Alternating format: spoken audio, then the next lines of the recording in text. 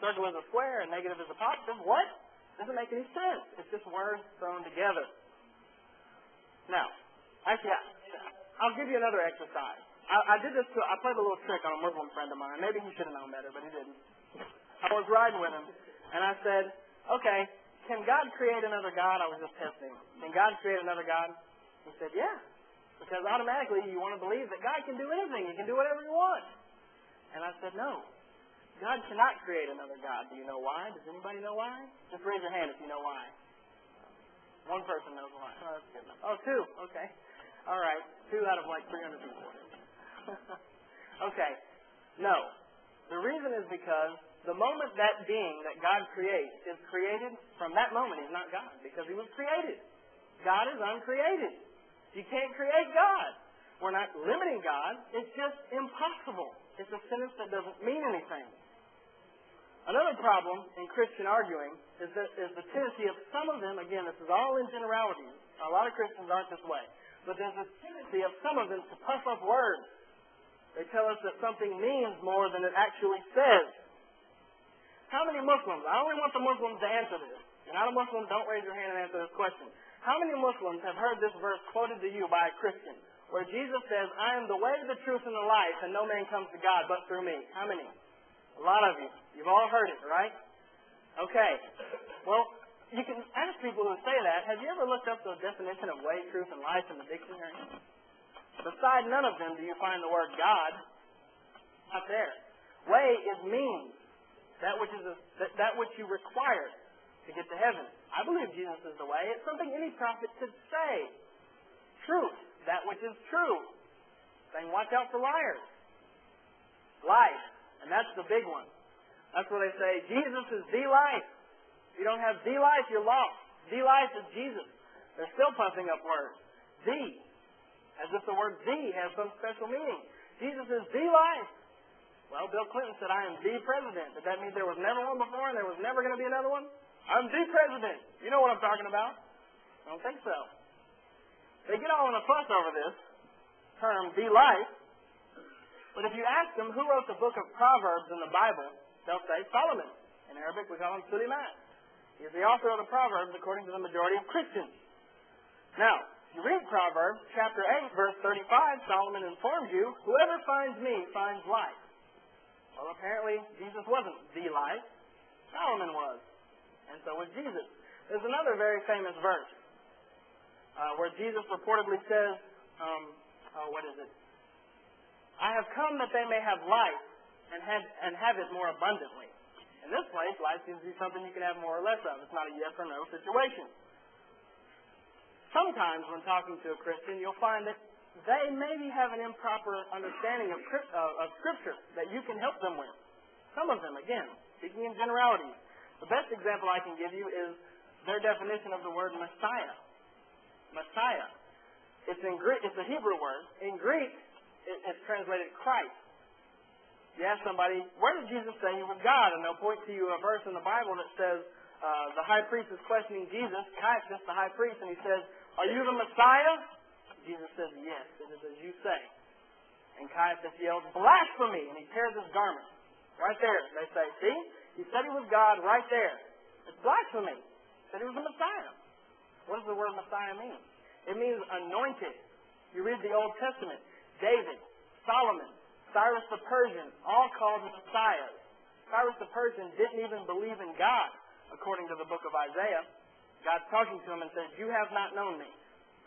And he's called a Messiah. Pots and pans are made anointed. They're made Messiahs. Pillars, Messiahs. In the Gospel of Matthew, towards the end, sick people are anointed. Sick people are made Messiahs. It's a word that has no meaning, but some of them try to trick you. They say, Jesus, in your Quran, he's called the Messiah, right? Yeah, he's called the Messiah. Was Muhammad called the Messiah? No. Oh, 2 points for Jesus. Muhammad, 0. What they do? They'll say, okay, you believe Jesus rose to heaven, right? Right, yeah. Muhammad, where is he? He's in the grave, right? Yeah, Muhammad, he's in the grave. Maybe his bones are starting to rot. You don't know. Maybe. Kind of a tricky issue, but maybe. You say, yeah, maybe. Okay. 2 points for Jesus. 4 for Jesus, 0 for Muhammad. These things don't mean anything. And In the Old Testament, Elijah ascended to heaven without ever having death come to him. Escaped death. And various other things. They'll say, Jesus healed people. Did Muhammad heal people? Well, no. Muhammad performed some other miracles, but no, he didn't really heal anybody. Okay, 2 points for Jesus. See, Jesus gets all these points, and you're Muhammad, he's nowhere. That's what they say, some of them. Well, in the Old Testament, Elias, I believe it was, his dead body heals a sick person. Somebody just happens to walk into his tomb and rub up against his body, and it heals somebody. A dead body. It means nothing. Nothing special. The word Messiah is nothing special. In the Quran, every prophet has his own particular name. Jesus is the Messiah. Abraham is called the friend of God. Does that mean every other prophet was his enemy? Of course not. Muhammad, called Mustafa, chosen one. Does that mean every other prophet wasn't chosen? Of course not. So we can help some of them with a proper understanding of their own scripture. Another example is when Christians, some of them again, go the wrong way with an argument. An argument is supposed to go A means B, not B means A. And I'll give you an example. You ask a Christian, how do you know Jesus is God? Well, he performed miracles. That's B means A. That's like looking outside and seeing the streets are wet and saying the streets are wet, therefore it rains. There could be other reasons the streets are wet. The water main burst, somebody sprayed it with a water hose, the snow melted. There could be various reasons why the streets are wet. There could be various reasons why Jesus performed miracles. To show that his message was true, that he was really sent from God. It doesn't really mean a whole lot of anything. It's just going the wrong way with an argument. By saying Jesus performed miracles and therefore he's God, you can go the other way with it. You can say Jesus is God and that's why he performed miracles, but then you're left with a burden of proof of proving that Jesus said he was God. And that's a big problem. Another question that's going to kind of wrap up, and then we're going to take a little break, because I could go on forever. Who is Jesus in the Bible? There's some interesting things that are typically overlooked. 83 times in the New Testament, Jesus is referred to as the Son of Man. 83 times he calls himself the Son of Man. Actually, a little bit less than that, but he calls himself the Son of Man more than he refers to himself as the Son of God. He refers to himself as the Son of God only once, and that's in John chapter 10, and that is to disprove something some of the Jews were trying to say to him. Actually, it's an interesting story, but I'm not going to get into that. Every other time he refers to himself as the Son of Man, his title, the Son of Man. The only definition of the Son of Man that we have is in the Old Testament, Job chapter 25, and it says, a son of man is but a worm. And I think we're going to take just a quick break here. Let him change the tape up there. So we'll take a quick break. If you want to go ahead and get some refreshments. When we come back, it's just going to be about 5 or 10 minutes. Please don't leave because we're going to start talking about evolution. Don't come up here and try to debate me yet. You'll get all the chance to debate me after the lecture is over. I'll stay here all night with you. A little worried. You ready? All right. We're starting again. The break is over. We're going to start talking about atheism now. So now you atheists, after you heard what I said about Christianity, maybe some of you are starting to shake a little bit. You're a little worried. You should be. Okay. If you notice, with Christianity, kind of what I did is I addressed some of the philosophies of Christianity. And then I addressed some of the doctrines, the hardcore, cornerstone of their faith kind of ideas. Now, I'm going to do the same with atheism. I'm going to address some philosophies, some problems in the way that some atheists think, and then I'm going to address the cornerstone of their belief, which is evolution. The first thing you'll usually run into when you're basically talking to an atheist, sometimes they'll confront you. They'll come up and say, I don't believe in God. You can't prove to me that God exists. They've overstepped some important steps there. Most importantly, the one where you should ask them, which God don't you believe in? Because most probably I don't believe in him either. If you don't believe in the God that was in the book of Genesis, walking through the garden like a human being, saying, Adam, where are you? Because he couldn't find him. The God that created the heavens and the earth in 6 days and then took a rest, or the God that rode the horse and the donkey at the same time into the gate of Jerusalem, most probably I don't believe in that God either. And that's the first step. A lot of times, though, atheists feel very secure in their belief for one reason. And that you'll get this a lot. They'll hide behind this idea that, look at all the bloodshed religion has caused, all the problems You disagree with each other and you fight each other and you kill each other all the time. And it's even happening today. You've never heard of an atheist killing anybody. There's no tenets of atheism that have anything to do with racism or thinking somebody's better than somebody or killing somebody or oppressing somebody. That's what they think. Some of them. Not all of them. Some of them. The question is that true? No. It's not.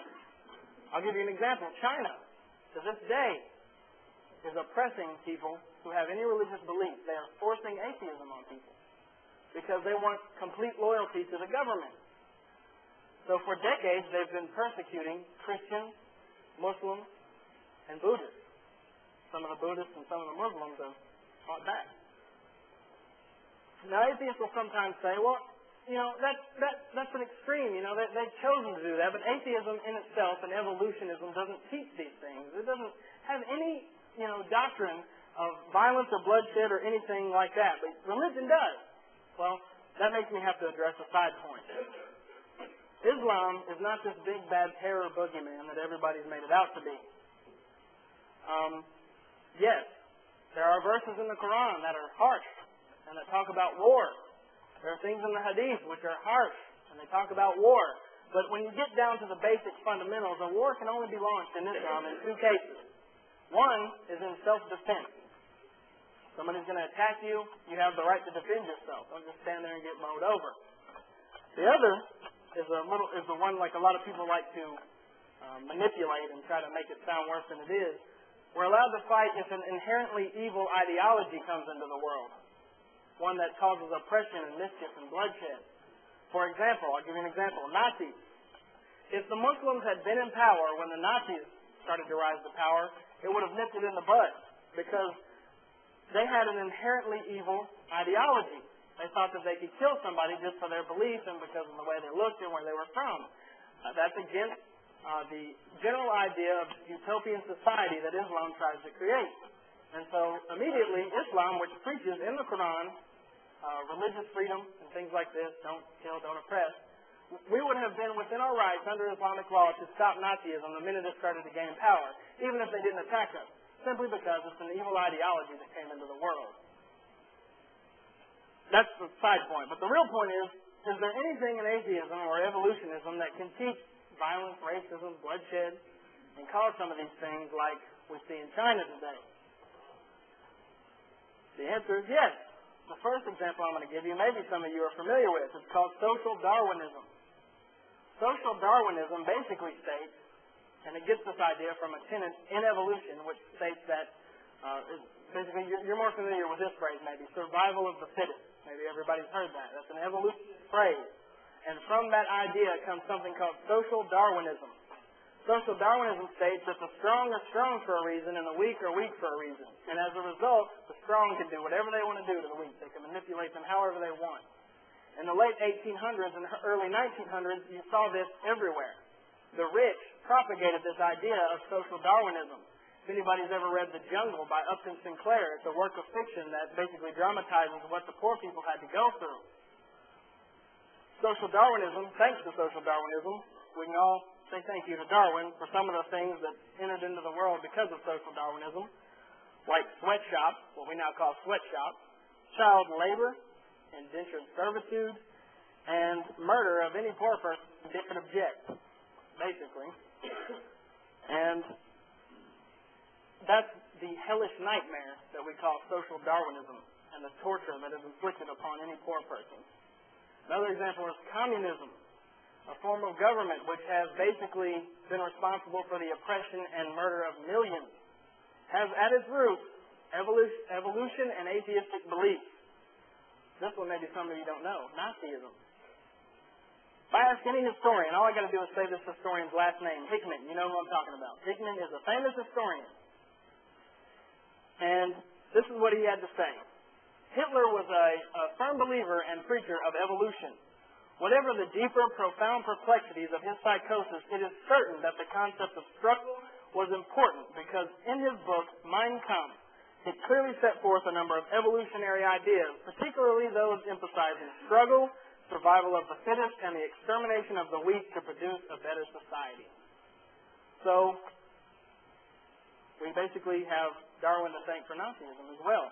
In 1933, Hitler was quoted as saying, "A higher race subjects itself to a lower race." These are the beginnings of the Nazi teaching. And it's also a main tenet of evolutionist belief. So atheism and evolutionism is responsible for some very serious bloodshed, oppression, and murder, just like we are accused as Muslims or any religious person of having in our faith. And it is indoctrinated. It is in their doctrines, in some of their teachings. So don't be fooled, is all I'm saying. Don't be fooled by this thing that some of them say, like, well, evolutionism and atheism doesn't teach to kill people, and we've never, had anything like that. Now, I'm not saying atheists believe this. Most atheists, maybe they're not aware of these ideas, because you have to kind of study. A lot of these things are hidden from the main media. But it's there, and that's the main point I wanted to cover. Now, I want to get into Darwin and evolution and cover some of the things they don't teach us in biology class. Some of those things you have to dig real deep to find, or maybe plot through a whole article that's supporting evolutionism. To read that close, it just kind of sticks out to you and you think, wait a minute here. And so I'm going to go over some of these things. Now remember, the atheists, their concept of faith, most of them, is in this thing of testable evidence. So we're going to apply testable evidence to evolution and see if it holds up. Why not? Now, is everybody here familiar generally with evolution? Raise your hand if you're at least familiar with it. Everybody pretty much? Oh, you're not? Okay, that was my wife. She knows all about evolution, trust me. Just to kind of give a brief summation then. We came from monkeys came from something else came from something else, until you trace it all the way down to the first single-celled organism that formed all by chance in the ocean. That's basically evolutionism in a nutshell. Something about Darwin that they don't teach us. I was walking through the science hall here, and I saw a big plaque of Darwin, and it said, "A great biologist." The implication here is that he studied biology, and he was a professor, and he knew what he was talking about. That's deceptive. Charles Darwin never underwent a formal education in biology. It was just a hobby. He was called by his friends and his predecessors an amateur naturalist at best. He's not some great biologist. He's somebody that just had a hobby and wrote a book about it. That's it. Now, some of you may not be aware that the book that Darwin wrote, stating his theories of evolution, is a book called Origin of the Species. What you probably don't know about this book is that there's an entire chapter called Difficulties with the Theory. What he did in this chapter is he took every unresolvable problem and he put it in this chapter. Everything about evolution that disproves evolution that he knew he had to address, he put a label on it and he put it in this chapter. That's what people do when they want to propose a theory, but there's a whole lot of evidence against it. They take all the things they can't resolve and they put a label on it and say, "It's here, now I don't have to deal with it." But does putting a label on something really take care of it? I don't think so. One of the examples I can give you from this chapter is the complexities of the eye. Darwin himself admitted that it is impossible to a reasonable thinking entity that all the things needed to form the eye came together by chance. And he says it's an unresolvable problem. And he put a label on it, so now he doesn't have to deal with it. Some of you people who think that Darwin was this great teacher and that knew all this wonderful information and never would have made anything up or said anything that wasn't true. Most of you don't know, he taught racism.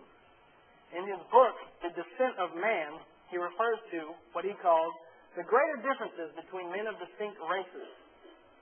He basically held that blacks and aborigines were equal to gorillas and implied that they would be exterminated by the civilized races, which are the whites and the Caucasians.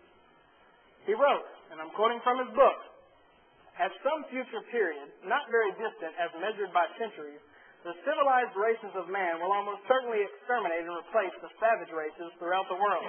At the same time, the anthropomorphous apes will no doubt be exterminated.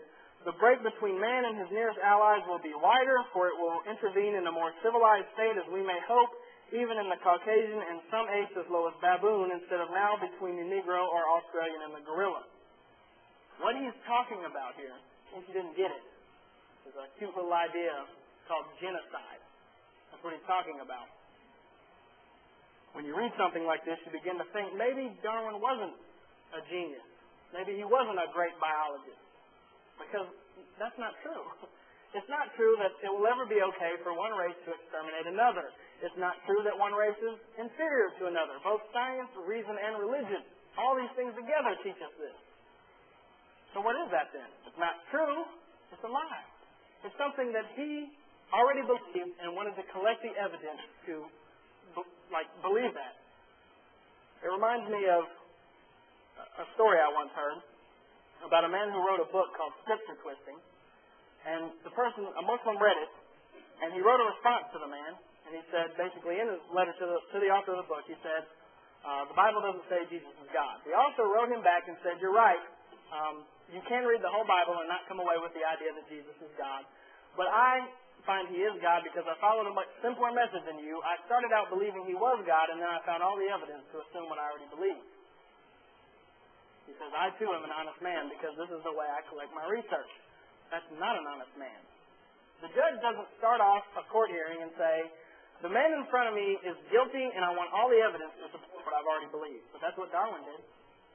He took fact and turned it into fiction, and fiction and turned it into fact. And we have a word for that in the Western world, in this English-speaking world. When somebody makes fact fiction and fiction fact and adds a little bit of scientific truth so that everything holds together, it's called a fairy tale, basically. Evolution states that all life came from the first single-celled organism, and that this single-celled organism formed by chance all on its own. Darwin was not the first person to propose this theory. The naturalists, for years before him, were proposing it. For over 200 years, the scientists and the naturalists have been performing experiments, thousands of experiments, to try to prove that a cell can form all on its own, given the right circumstances. For over 200 years, thousands of experiments. Do you know how many times an experiment proved their theory? Not once in 200 years. They say that every species evolved from a preceding species and that there's overwhelming evidence of this in the fossil record. They'll show you some sort of deceptive fossil interpretation. They'll hold up this sign where this man is like an ape, and there's an ape bent over, and then there's another ape standing a little more, and all the way until you get into Neanderthal, and then after Neanderthal is the man, and there's that whole fossil record there that they have. But that's deceptive. Because what they do is, they'll look at some fragments of a skull over here or a skeleton over here that maybe has a little bit of an ape feature. And they'll say, see, look here. It's a transitional link between ape and man. Why can't it just be an extinct form of ape? Why can't it just be an extinct form of man? Why does it have to be a transitional creature? They can never answer this. As it turns out, an evolutionist, who I'm going to quote to you, his name is Derek V., last name A-G-E-R. He's a paleontologist and an evolutionist. And this is what he writes. The point emerges that if we examine the fossil record in detail, whether at the level of order or of species, we find over and over again not gradual evolution, but the sudden explosion of one group at the expense of another. Evolutionists are saying, in the fossil record, there's no such thing as evolution. I could have a whole conversation with this man that will last 2 seconds. So you're an evolutionist? Yeah, sure am. Why? I don't know. Simple as that. Basically, what he said was, there's no transitional creature. There's this species, and then it dies out, and then there's this one. And it came from nowhere, and it's already there. There's thousands of them out of nowhere. That's creationism, not evolution. Another evolutionist, Mark Zarnecki, he gives us some examples of creatures who have no evolutionary history. He says, the living honeybee is no different than its fossil relative, which is millions of years old. The 135-million-year-old dragonfly fossil is no different than its modern counterpart. A comparison of an ant fossil aged 100 million years and an ant living in our day clearly indicates that ants do not have an evolutionary history. There's no explanation of where they came from. A big problem arises when you want to start talking about the evolution of creatures that have a backbone, or that don't have a backbone, to the creatures that do have one. This would have happened in the ocean because all life originated, according to evolution, in aquatic life forms. But there's no fossil record of a transitional creature between the first fish that didn't have a backbone and the one that did, called invertebrate and vertebrate. And there's no transitional creature between these. All of a sudden, fish just have backbones, and the ones that didn't are dead. Nobody knows where it came from. I'm going to quote to you an evolutionist named Gerald T. Todd. He's also a paleontologist. He wrote an article titled Evolution of the Lung and the Origin of Bony Fish. And he states, all three subdivisions of bony fish first appear in the fossil record at approximately the same time. They are already widely divergent morphologically and are heavily armored. And then he asks the question to his other evolutionist friends. He says, how did they originate? What allowed them to diverge so widely? How did they all come to have heavy armor? And why is there no trace of earlier transitional forms? All of a sudden things have backbones. He can't explain it. They're just there. Like at the snap of a finger. What does the Quran tell us? God said, be, and it was. That's creationism. Now, how many people saw the movie Jurassic Park? Show of hands. Who saw it? Everybody saw it. Everybody knows that wonderful little theory that's getting all popular, that dinosaurs evolved into birds. It was made popular by this movie, and as a result, a lot of people, even evolutionists, are starting to accept it. But is that true? I have a quote from a bird expert, a paleontologist, and an evolutionist. He covers all this. He's from the University of Kansas. And he says, to tell you the truth, if I had to support the theory that if I had to support the dinosaur origin of birds, I would be embarrassed every time I had to get up and talk about it. Every time I had to get up and talk about this silly idea, I would just be ashamed of myself, is what he's saying. Because it's not based on any truth whatsoever. It's a ridiculous viewpoint.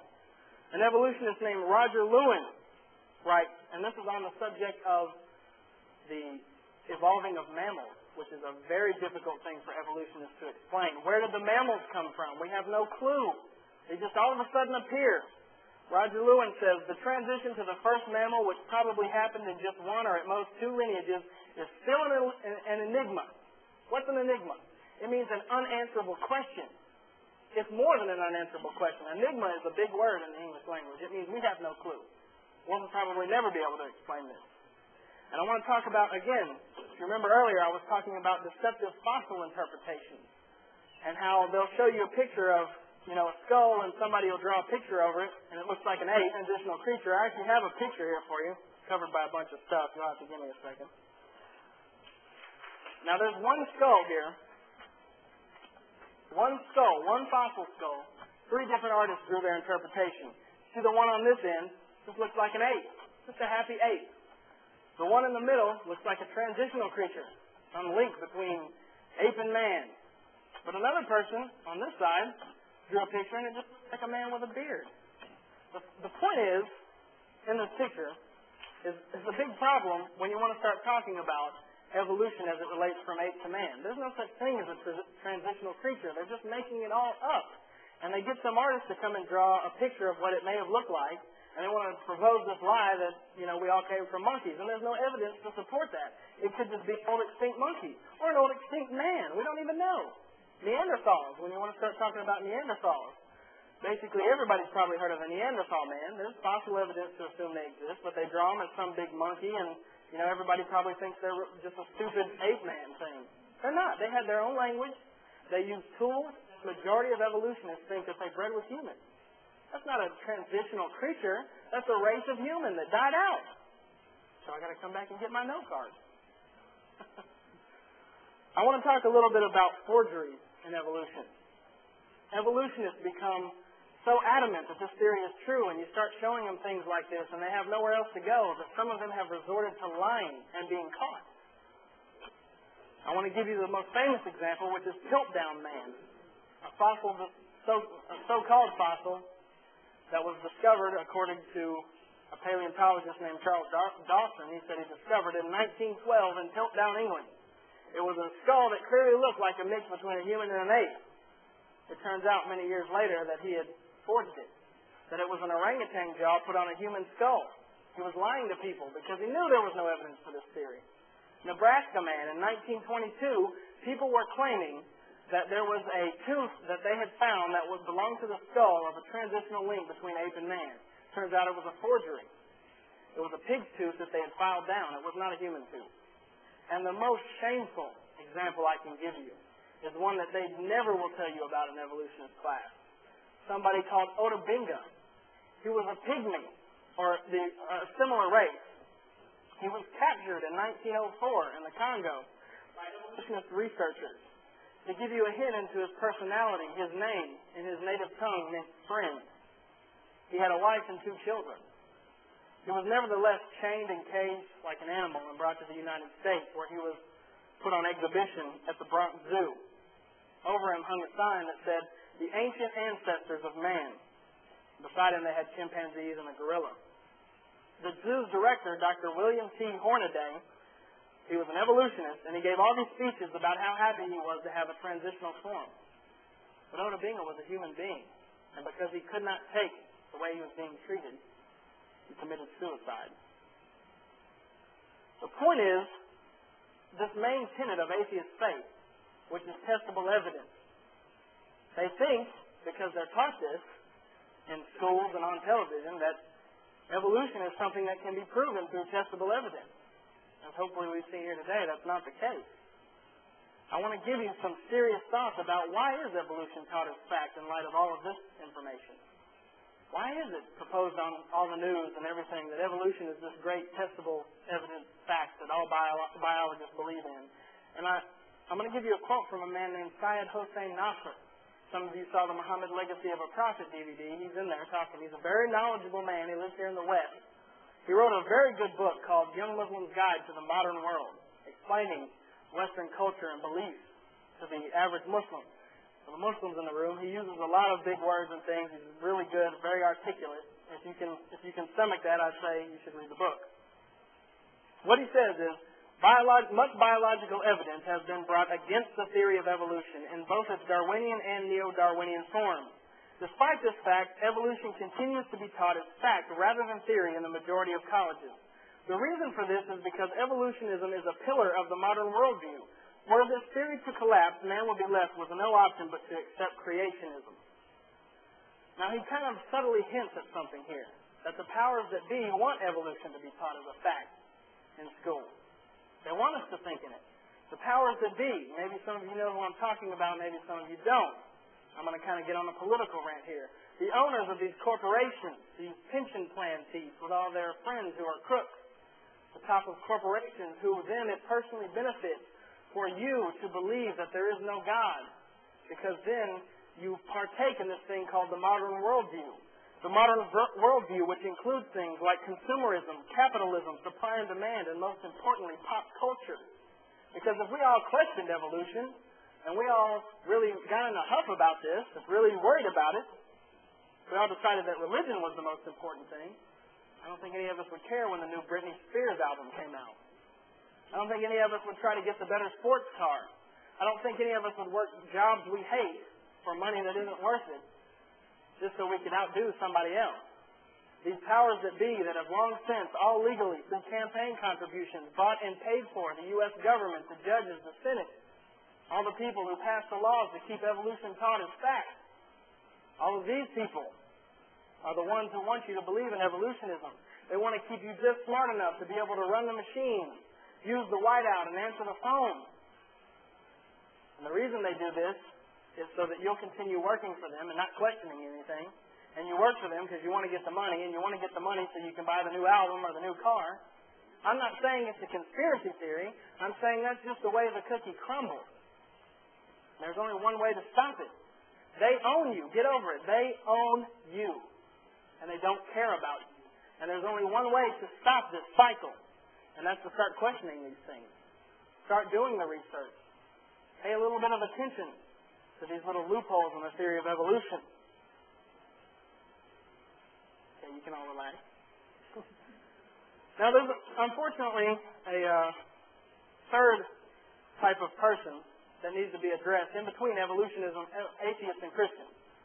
And I run into it a lot. Somebody who's too open-minded. It's just so open-minded that everything's true. So it's very difficult to carry on a conversation with this person. They'll say, I'll give you some examples of two extreme views they have. One type of open-minded person will say, that's your truth. That's true for you, but that's not true for me. You must stress this point to this type of person. There is no such thing as individual truth. There are no versions of the truth. Something either is true or it isn't, but it isn't both. It goes back to that thing, two opposite things cannot be true at the same time. I'll give you an example. One time I was teaching a small part of a class in Nashville, and I wrote a document that was pretty strong because it was only for Muslims. It was titled Paul the False Apostle, and it was dealing with some of the ways to respond to some of the letters of Paul that we find in the Bible. And I stressed that this is just for the Muslims. But against my wishes, one of the Muslims gave the document to a Christian. She'd never read anything like that before, and she got very upset, and she wrote me a 20-page letter.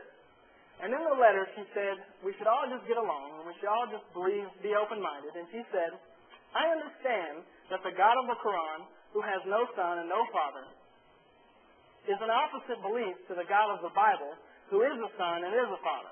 And I understand that that's a contradiction, but I believe them both are true. I believe in both of them, and I believe they both are true anyway.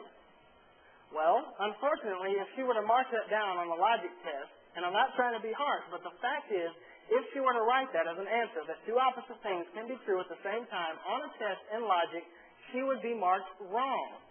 It's okay to tell somebody they're wrong about something, because sometimes they're wrong. Now, argument isn't going to win everybody over.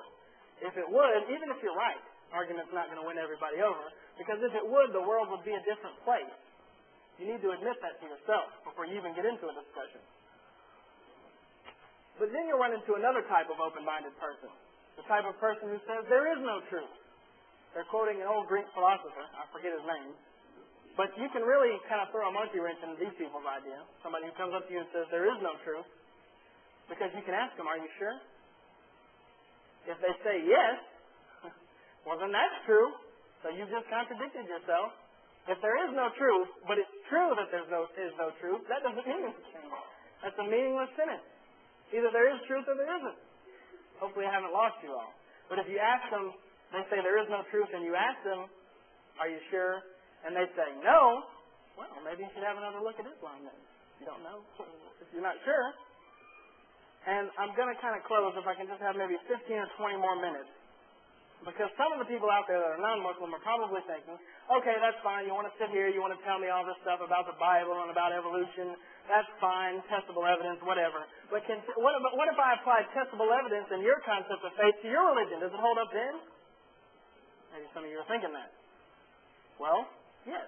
And I'll give you some examples of why that's true. Rhetorical question, was Muhammad a prophet? Muhammad salam. If somebody is claiming to be a prophet, there's only four possibilities. Either they are insane, they're out of their mind, they think they're getting a message from God when they're not, or they're a liar, they're wanting to fool people, or as a third answer, I get this a lot from some of my Christian family members and friends, Satan, possessed by Satan. And then the fourth and final answer is that he really was who he said he was. Those are the only four options. I can address the first two with one story in the life of the Prophet Muhammad. It is a verifiable story. All the chain of narrators is found. It's in every history book about the life of the Prophet Muhammad, salam. It is a true story. Remember, you're thinking, is he insane or is he a liar? Let's find out. Let's find the answer to this. One of my favorite stories is when the Prophet Muhammad's son, Ibrahim, died. He was 2 years old, and he died. The day he died, there was an eclipse of the sun that day, and all the Muslims got all excited about this, and they ran to his house, and they said, it's a miracle. Your son died and the sky went dark. Now, anybody who knows anything about insane people knows that when they're in a situation of emotional distress, as he arguably would be when his son died, you're more prone to insanity. If you're insane, you're going to be even more insane when there's some problems going on. And so I submit to you that if he were insane, he would believe that. He would buy that. He would say, yeah, my son died and the sky went dark. It's a miracle. Go tell everybody. It means I'm a prophet. If he were a liar, that means he's an evil man. He's trying to fool people into thinking he's a prophet. And he's not. If he's a liar, he's evil. And he would use this to his advantage because he's an evil and selfish person. And he would say, hey, right. It means I'm a prophet. My boy died and the sky went dark. Go tell everybody. It means I'm a prophet. But that wasn't his response. His response was to become upset with the people who brought it up. He told them that was ridiculous. He said, the sun and the moon are signs of Allah, and they do not concern themselves with the birth of a child or the death of the son of Muhammad. It becomes difficult to put this man in a box and say he was insane or a liar at that point. But some people take refuge in this third option. They say he was possessed by Satan. I had somebody in my family, we were having a conversation via email, and every time I'd point out to him something in the Quran he couldn't explain, he'd say, that's the devil. It came from Satan. Your book came from Satan. He was a Christian. So I pointed out to him a verse in the Bible where the Jews do that to Jesus, some of them. They come up to him and they see him healing somebody. He's casting a demon out of somebody. And they say, this man doth not cast out demons, but by the power of the supreme demon, Satan. And Jesus has an interesting response. He says, any house divided against itself cannot stand. If Satan drives out Satan, his kingdom is divided against himself. He cannot stand and has an end. That's the nature of Satan as put forth by Jesus. The moment he goes against himself, whether it be through doctrine or he says something against himself or whatever, he cannot stand. He has an end. That moment, he will end. As it turns out, if you want to look to the Quran, there's several verses against Satan. But one in particular I want to address is one where the Quran itself tells us Muslims to say, before you read the Quran, you should say, A'udhu billahi minash shaitanir rajim, which means, I seek refuge from Satan, the rejected one. If this is Satan's book, that's a pretty neat trick. What he basically has said was, before you read my book, please ask God to protect you from me. According to the Bible and the nature set forth by Jesus, he couldn't have done that. So, we continue this conversation through email, and he responds and he says, well, I don't care, I don't care. It came from Satan, I don't care. That's it. It came from Satan. So I responded and I said, well, I need an explanation. He says, I don't care if you don't like it. It's not a question of whether or not I like it. It's a question of whether or not, logically, through critical thinking, that is possible. And it's not. Now, I want to give you two quick explanations from the Quran, kind of wrapping things up here, about how do we know the Quran came from God or has an origination of some divine origin. Is everybody familiar with the Big Bang Theory? Everybody in here, pretty much? I'm going to go over it real quick for you, just in summary. All the elements of the universe, according to the Big Bang Theory, existed in the same place at the same time. It formed a smoke. It's called a gaseous composition, but it's more accurately described as a smoke because it had dust and elements and particles and things like that in it. Now, this smoke received an explosion. The explosion sent all the elements of the universe flying everywhere. As a result of that explosion, the universe is expanding. This was discovered in 1950 by Dr. Hubble, and he won the Nobel Prize for it, for discovering this. It is the only accepted theory of the origin of the universe. So remember, to restate it, the universe was gas. The gas exploded and went flying. As a result, the universe is expanding. Yet we find in the Quran, the author claims he is the originator of the heavens and earth. So surely he would know about this. In Surah chapter 41, verse 11, God informs us, then he, God, turned to the heavens when it was smoke. You got one right. Surah chapter 21, verse 30 in the Quran says, have not those who disbelieve seen the heavens and the earth were one connected entity, and we rent them asunder? It was all together and then it exploded. You got that right. Surah chapter 51, verse 47, and it is we, the royal we, God is speaking here. It is we who have constructed the heavens with might, and it is we who are steadily expanding it. Oh, he got the whole Big Bang Theory down in one try, 1,400 years ago. How did he have that information? Where did that come from? Now, as a result, when you point out these scientific miracles to some of the atheists, and I've seen atheists do this, they'll say, well, first of all, the Big Bang Theory has not been debunked. Nobody knows how he knew this. But there's some other scientific theories in the Quran. The atheists will say it's plagiarism. If you look here in Aristotle knew this. He worded it different, but here it's in Aristotle. And this thing you're saying is a scientific miracle. You can find it over here in ancient Greek culture. And this thing you're saying is a scientific miracle was in pre-existing Arabic culture. A lot of things, they'll point at like that. They'll say it's plagiarism. First of all, Muhammad was an illiterate goat herder in the middle of the desert, so I don't think he just had a conference with all the world's top scientists and thinkers 1,400 years ago. But if you believe that, and if you want to believe in plagiarism, I have a question for you. Aristotle, ancient Arabic culture, and ancient Greek culture had a whole lot of incorrect information in their work, especially Aristotle. If the Prophet Muhammad was plagiarizing these people, how did he know to plagiarize the correct thing? Is that the miracle? It's an unanswerable question. And I want to close with one final miracle of the Quran because it's my favorite. You can find it on the internet. It's called The Literal Word and the Last Laugh. And it's a very interesting story. Around the 14th century, 14th or 16th, I didn't write it down and I forgot. You'll have to forgive me. One of the popes, his name was Pope Pius, decided he wanted to know what all this Islam thing was about. This is a verifiable story. It's true. You can check for yourself. And so he commissioned a Latin expert in his kingdom to basically translate the Quran into Latin so that he can read it. The Latin translator is translating, and he comes across this verse about a man named Haman.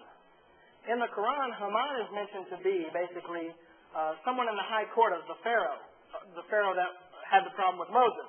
Surely you all know that story. And when the Latin translator came across this, he started laughing. Because in the Bible, Haman is much later than Pharaoh. He's in the book of Esther. He's called the enemy of the Jews, and there's all this big problems with him. And so the translator started laughing. He thought Muhammad had plagiarized the Bible. And he thought this was great. And so he wrote it down, and he takes it to the Pope. And he thought in the course of Muhammad's plagiarizing that he got it wrong. He made a mistake. So he takes it to the Pope. Pope reads it, and he starts laughing. He thinks, oh, how can they believe this? It's clear in the Bible. Haman was centuries later. So anyway, they keep translating. Years later, the Quran's being translated into English by a man named George Sale. He comes across that verse. He's a Christian. He starts laughing. He's like, man, how are they still believing this? I can't believe it. Years later, the Catholic Church commissions a man named Dr. Maurice Bucaille. He's a Frenchman. And he's studying this verse about Haman in the Bible. Actually, he studies the whole Quran, and he's so impressed with what it says, he writes a book about it, about the miraculous nature of the Quran, and subsequently gets excommunicated from the Catholic Church. But he comes across this thing about Haman. It's the one hiccup that he just, what? He takes it to a friend of his that's an Egyptian. The Egyptian is also a hieroglyphics expert, and they had just discovered a document that says that the Pharaoh that was generally accepted to be the Pharaoh at the time of Moses had somebody in his high court named Haman.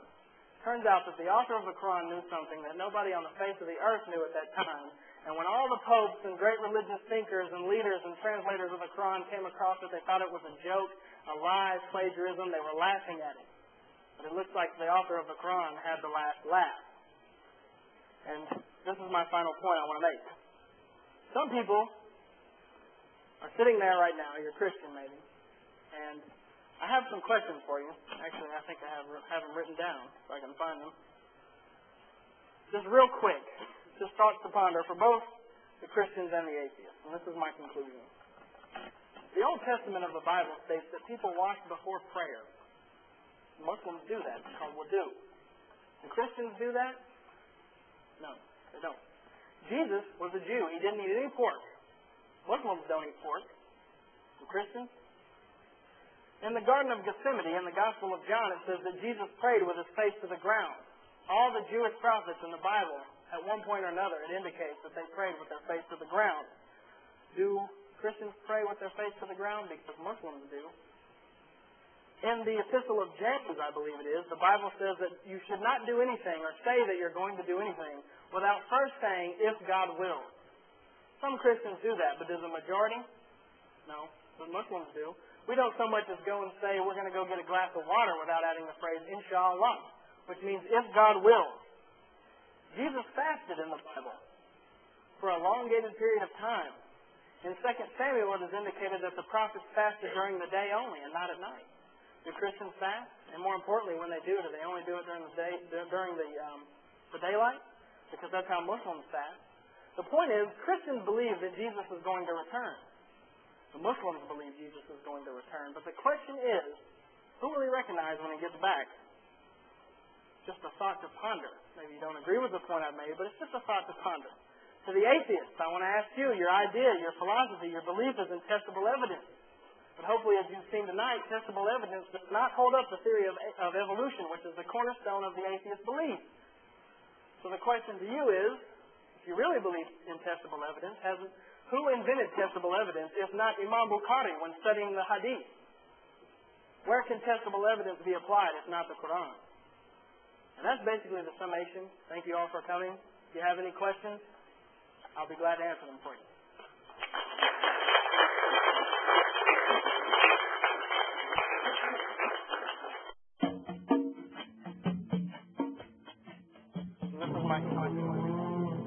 The Old Testament of the Bible states that people wash before prayer. Muslims do that. It's called wudu. Christians do that? No, they don't. Jesus was a Jew. He didn't eat any pork. Muslims don't eat pork. Christians? In the Garden of Gethsemane, in the Gospel of John, it says that Jesus prayed with his face to the ground. All the Jewish prophets in the Bible, at one point or another, indicate that they prayed with their face to the ground. Do Christians pray with their face to the ground? Muslims do. In the Epistle of James, I believe it is, the Bible says that you should not do anything or say that you're going to do anything without first saying, if God will. Some Christians do that, but the majority, no, the Muslims do. We don't so much as go and say we're going to go get a glass of water without having to pray inshallah, which means if God will. Jesus fasted in the Bible for a elongated period of time. In 2 Samuel, it is indicated that the prophets fasted during the day only, not at night. Do Christians fast? And more importantly, when they do they only do it during the daylight? Because that's how most people fast. The point is, Christians believe that Jesus is going to return. Muslims believe Jesus is going to return. But the question is, who will he recognize when he gets back? It's just a thought to ponder. You don't agree with the point I made, but it's just a thought to ponder. We once had a teacher, the teacher of teachers. He changed the world for the better.